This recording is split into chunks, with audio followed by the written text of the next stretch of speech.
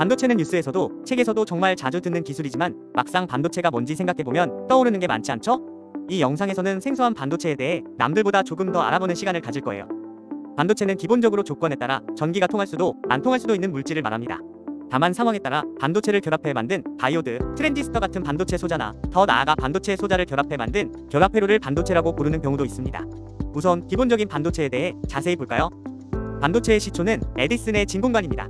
반도체의 개념이 확립되기 전 진공 전구에 추가 전극을 넣으면 방향에 따라 전류가 흐르기도 흐르지 않기도 하는 현상이 관찰되었는데 이를 에디슨 효과라고 합니다. 당시는 그 원리를 알지 못했지만 플레밍이 금속을 가열하면 표면에서 전자를 방출하고 이것이 추가 전극의 양전하에 이끌려 전류가 흐르게 된다는 원리를 발표하게 되면서 플레밍 밸브라고도 불리는 진공 다이오드를 개발하게 되어 라디오나 초기 컴퓨터에 사용되는 진공관의 기초가 되었죠. 물론 지금은 더 이상 진공관을 사용하지 않습니다. 대신 제대로 된 반도체를 사용하죠. 반도체의 메인 아이디어는 밴드 갭에 있습니다.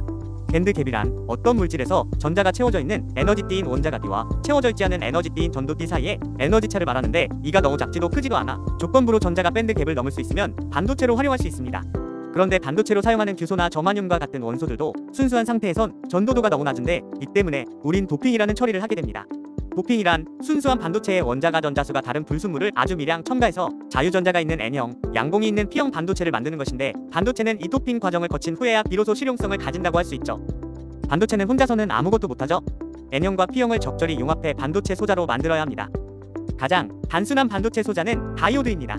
N형 반도체와 P형 반도체를 맞닿게 배치하면 다음 부분 주위에서 N형의 자유전자가 P형의 양봉을 채우게 됩니다. 이렇게 마치 부도체와 같은 상태가 된 부위를 디플레션 에리어, 공픽층이라고 하는데 이것이 전류가 한 방향으로만 흐를 수 있게 만드는 일종의 장벽 역할을 하게 됩니다. 다이오드에 일정 이상의 순방향 전압을 걸면 공픽층이 얇아지고 전류가 흐르며 역방향 전압을 걸면 공픽층이 두꺼워져 전류가 흐르지 않죠. 다른 반도체 소자로는 트랜지스터가 있습니다. N형과 P형을 번갈아 NPN 또는 PNP와 같이 배열하면 가운데에 얇은 층인 베이스와 양쪽에 이미터, 컬렉터가 형성됩니다. 트랜지스터의 핵심은 아주 작은 전류나 전압으로 베이스를 제어하여 큰 전류가 이미터와 컬렉터 사이를 흐르게 할 수 있다는 점입니다. 이 특성을 이용해 트랜지스터는 스위치처럼 전류의 흐름을 켜고 끌 수 있고 신호를 크게 증폭하는 증폭기로도 사용할 수 있습니다. 이런 이유로 트랜지스터는 현대 전자회로의 핵심 소자이며 집적 회로의 기반이 되었습니다. 이런 고전적인 구조의 트랜지스터는 바이폴러 정크션 트랜지스터, BJT라고 합니다. BJT는 트랜지스터의 첫 등장 이후 약 10년간 잘 쓰이다 모스페트의 등장과 함께 서서히 사라지게 되었습니다.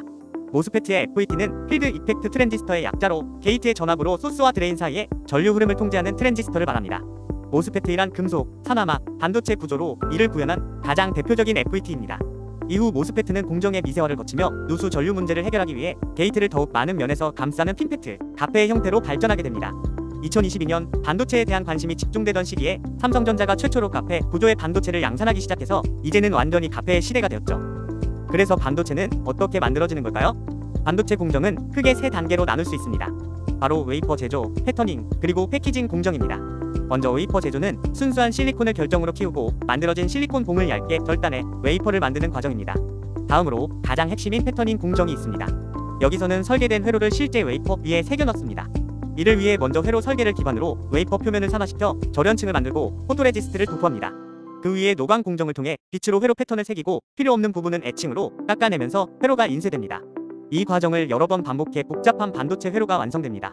마지막으로 패키징 공정에서는 완성된 반도체 칩을 외부 회로와 연결할 수 있도록 리드를 붙이고 에폭시 수지 등으로 감싸 보호하는 몰딩 과정을 거칩니다. 이렇게 웨이퍼에서 시작해 패터닝을 통해 회로를 새기고 패키징까지 맞춰야 비로소 우리가 쓰는 반도체 소자가 완성되는 것이죠. 이 중에서 가장 중요한 공정은 바로 패터닝입니다. 앞서 배웠듯이 패터닝 공정은 회로 설계, 산화, 포토레지스트 도포, 노광, 애칭, 그리고 회로 인쇄 단계로 이루어지는데요. 이 과정 하나하나가 반도체의 성능을 크게 좌우합니다. 특히 많이 언급되는 단계가 바로 애칭과 회로 인쇄입니다. 애칭은 필요 없는 부분을 깎아내는 과정인데 크게 습식 애칭과 건식 애칭이 있습니다. 습식은 단순히 화학 반응을 이용해 제거하는 방식으로 간단하지만 미세한 공정에서는 정밀도가 부족합니다. 반면 건식 애칭은 물리적 충돌과 화학 반응을 함께 활용해 미세 구조를 정교하게 가공할 수 있어 현재 가장 선호되는 방식입니다.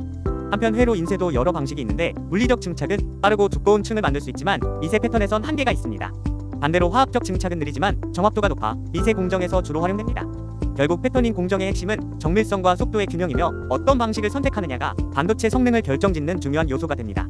이렇게 오늘은 반도체의 원리와 공정을 간단히 살펴봤는데요. 도움이 되셨길 바라며 오늘은 여기서 마치도록 하겠습니다. 시청해주셔서 감사합니다.